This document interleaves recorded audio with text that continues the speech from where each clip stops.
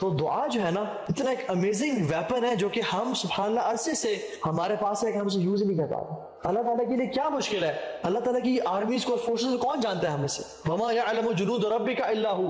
اللہ تعالیٰ کی طاقت اور اس کے لشکروں کو ہمارے اس کے علاوہ کوئی نہیں جانتا. یہ بادل، یہ بارش، یہ پانی، یہ بجلی، یہ ہوائیں، سب اللہ کے لشکر ہے. تو دعا کریں دل سے، اللہ لازمی قبول کریں گے. اسی طرح سے دعا کے آداب کے بارے میں ذکر کر لیتے ہیں ہم جو ہمارے پاس کچھ ٹائم بچا ہے. آداب دعا میں سے ہے کہ اللہ کے نبی صلی اللہ علیہ وسلم کے پاس ایک شخص آئے اور ایک جنگ حنین میں ایک شخص تھے ابو عامر رضی اللہ تعالیٰ عنہ، صحابی تھے. ان کو نا ان کے گھٹنے میں بہت زور کا تیر لگا اور جب ان کا نکالا گیا تھی تو بہت زیادہ بلیڈنگ ہو رہی تھی اور خون روک نہیں پا رہا تھا. تو وہ صحابی پریشان تھے تو انہوں نے کہا کہ اللہ کے نبی کے پاس جاؤ اور کہو کہ میرے لیے دعا کرے، جن کا ابو عامر تھا. تو رسول اللہ کے پاس ایک صحابی ان کا یا رسول اللہ ابو عامر کو بہت تکلیف ہے، اسے خون بند نہیں ہو رہا، آپ دعا کریں. اللہ کے نبی صلی اللہ علیہ وسلم نے وضو کیا اور پھر اس بندے کے لیے دعا مانگی ابو عامر رضی اللہ تعالیٰ عنہ کے لیے.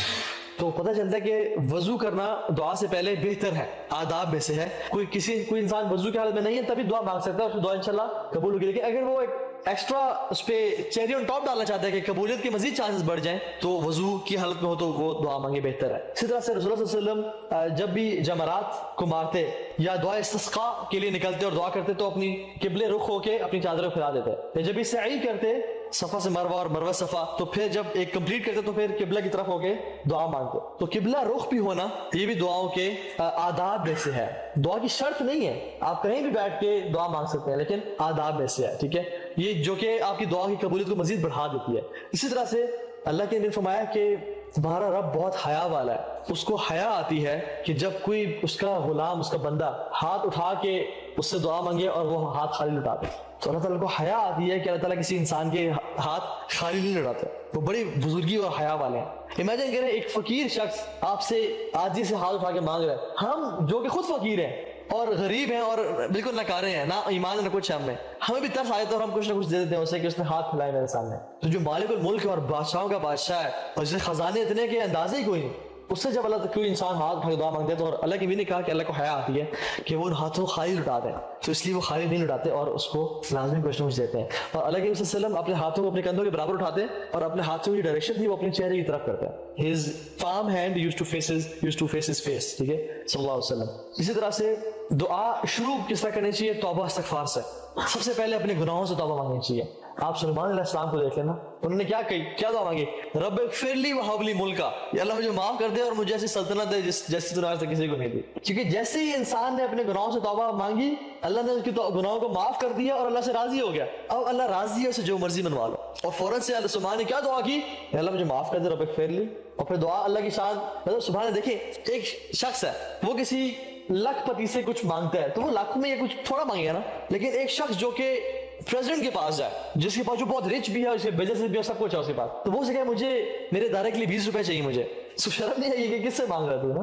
تو جتنا انسان کا اسٹیچر ہوتا ہے اتنی بڑی دعا مانگنی چاہیے. کسی بادشاہ کے پاس آپ جائے کہیں گے مجھے 200 روپے چاہیے تھے، میں آپ کے پاس لیا ہے، انسان مناسب لگتا. تو جب اللہ رب العالمین کے سامنے انسان دعا مانگے، اور تو چھوٹی چھوٹی دعا بھی مانگنی چاہیے اللہ کے سامنے، کیونکہ وہ ہر چیز کو پورا کرنے والا ہے، کیونکہ ہم اسی کے محتاج ہیں. لیکن انسان بڑی سے بڑی دعا مانگے تو اپنے دعا کے جو سٹینڈز ہیں ان کو بھی ریز کر لیں. سلیمان علیہ السلام نے کیا دعا مانگی؟ ان سے جو غلطی ہوئی، کیا غلطی ہوئی کہ گھوڑے کی وجہ سے ان کی نماز میں ڈیلے ہو گئی، and he was fascinated by the horses. ٹھیک ہے، تو انہوں نے کیا؟ رب اغفر لی وہب لی ملکا، یا اللہ مجھے معاف کر دے اور مجھے اب تو نے معاف کر دیا، مجھ سے راضی ہو گیا ہے اور میرے گناہوں کو نیکیوں بدل دیا ہے، تو مجھے ایسا ملک دے جیسے تو نے آج تک کسی کو نہیں دیا. اور اللہ تعالیٰ نے دعا قبول کی اور دیا ان کو ایسا ملک. ٹھیک ہے، تو اسٹارٹ بائی میکنگ استغفار. ٹھیک ہے، ایک شخص تھا جو کہ مزدور اور لیبر طبقے کا تھا اور وہ ہر سال حج کرتا تھا. یہ ٹرو اسٹوری ہے، ہر سال حج کرتا تھا. تو لوگوں نے اسے پوچھا کہ یہ کیا بات ہے کہ آپ کے پاس تو مطلب اپنی انکم بھی بہت تھوڑی ہے، آپ کے پاس تو مال پیسہ بھی نہیں ہوتا، آپ ہر سال حج کرتے ہیں، ہاؤ از دس پاسبل؟ تو اس نے کہا کہ واللہ تعالیٰ عالم، اللہ تعالیٰ میری ہر سال نیڈ پوری کر دیتا ہے اور کسی طرح سے بندوبست ہو جاتا ہے. لیکن جو مجھے لگتا ہے کہ the reason why this happens to me is، ایک واقعہ مجھے لگتا ہے، اور وہ یہ کہتے ہیں کہ جب میں نے فرسٹ ٹائم حج کرنے کا ارادہ کیا تو کہتے ہیں کہ میں نے نا اپنا سارا سال پیسہ اکٹھا کیا، so I gathered my money for the whole year.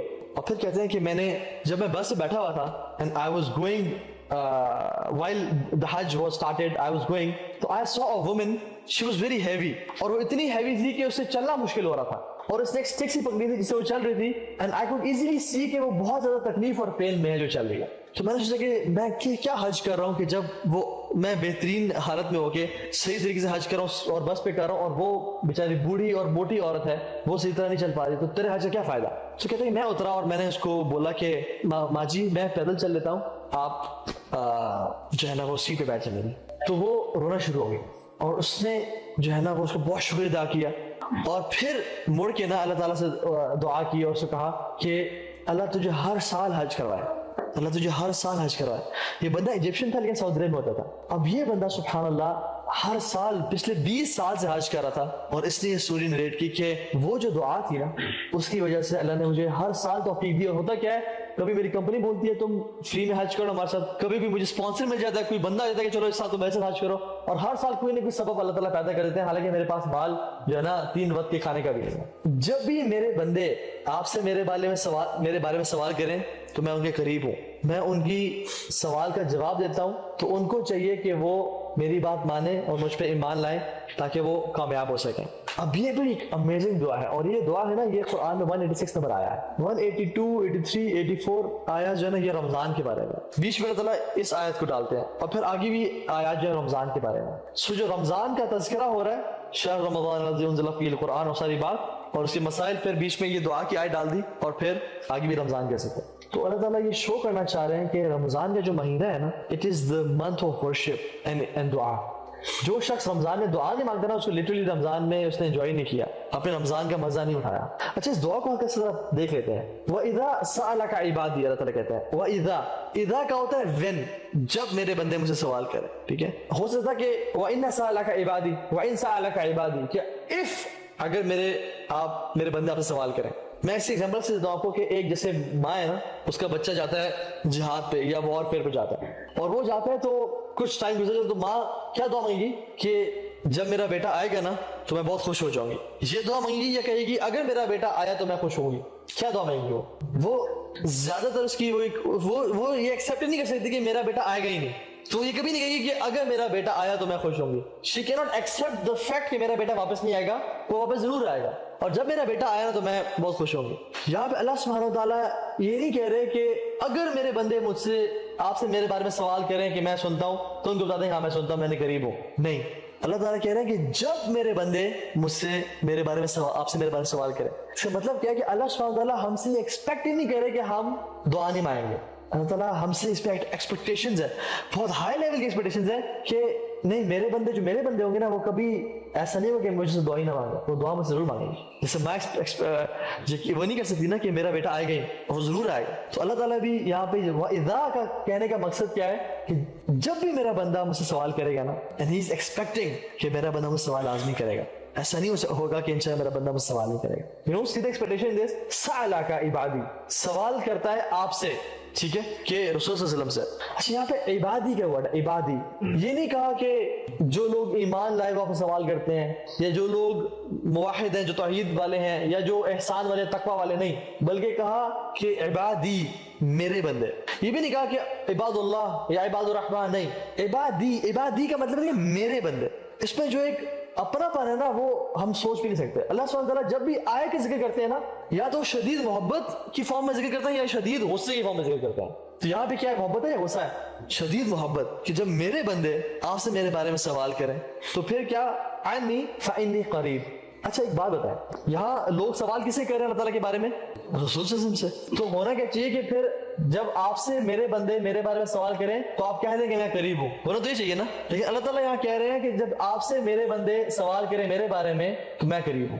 یہ نہیں کہا کہ فقل لہم انی قریب یا فقل انی قریب, کہ انہیں کہتے کہ میں قریب ہوں, بلکہ آپ سے کو بھی اللہ تعالیٰ نے بیچ میں سے نکال دیا کہ میں اتنا قریب ہوں کہ ہم دونوں کے بیچ میں کوئی بھی نہیں آ سکتا. سبحان اللہ, کہ اللہ اتنے قریب ہیں کہ ہمارے بیچ میں کوئی گیپ ہی نہیں ہے, نہ کسی پردے کا نہ کسی بندے کا. فانی قریب, سو آئی ایم نیئر. اور قریب جو ہے نا, اس کی ایگزامپل آپ ایسے سمجھ لیں کہ جیسے ایک کے ساتھ پیپر کر رہے ہیں نا, تو جب انویجیلیٹر یا ٹیچر اس کے پاس سے گزرتا ہے تو وہ مزید جو ہے نا اٹینٹو ہو جاتا ہے, اور اگر وہ بچہ صحیح پڑھا لکھا نہیں ہے تو اپنا پیپر چھپانے کو کہتا ہے ٹیچر دیکھ نہ لے, اور اگر ٹیچر اس کے ڈیسک پہ ہاتھ رکھ لے اور دیکھنا شروع کر دے تو وہ گھبرا جاتا ہے اور بکھلا جاتا ہے کہ یہ کیا ہو رہا ہے میرے ساتھ نا, بیکاز ہی ریئلائزز کہ my teacher is very near to me. اسی طرح سے اللہ تعالیٰ بھی جو یہاں مینشن ہے میں قریب ہوں تمہارے, وہ تو ایک فیئر کا فیکٹر ٹیچر کے ساتھ, یہاں پہ قریب ہونے کا جو فیکٹر ہے کہ اللہ تعالیٰ ہر وقت ہی میرے پاس اور میرے قریب ہے. جب بھی میں ان کو پکارنا چاہوں میرے ساتھ ہے. نہ مجھے وضو کرنے کی ضرورت ہے, نہ مجھے کہیں جانے کی ضرورت ہے کہ مجھے وہاں پہ جا کے آواز سنیں گے, نہ مجھے اونچا پکارنے کی ضرورت ہے کہ وہ میری بات سنیں گے. میں دل میں اگر ان کو پکاروں وہ میرے قریب ہے, میری بات سن سکتے ہیں. کس طرح سے نحن اقرب الیہ من حبل الورید, کہ ہم ان کی شاہرگ سے بھی زیادہ قریب ہیں, اتنے قریب. ٹھیک ہے. اسی طرح سے یہ جو ہے نا اللہ تعالیٰ کہتا ہے اجیب دعوت الداعی, اجیب کہ میں اس کی سوال کو جواب دیتا ہوں, میں اس کی پکار کو سنتا ہوں. جو ورڈ ہے نا اجیب, this shows immediate reply, immediate reply. استجیبو کا مطلب ہے کہ یس, جیسے فار ایگزامپل اگر مجھے کہے نا کہ میں نے آپ کو ملنا ہے, میں okay will try to meet, یہ استجیبو. اگر وہ کہنا میں آپ کو ملنا ہے, ٹھیک ہے ابھی بیٹھتے ہیں یہیں پہ, یہاں ملتے ہیں, دس از امیڈیٹ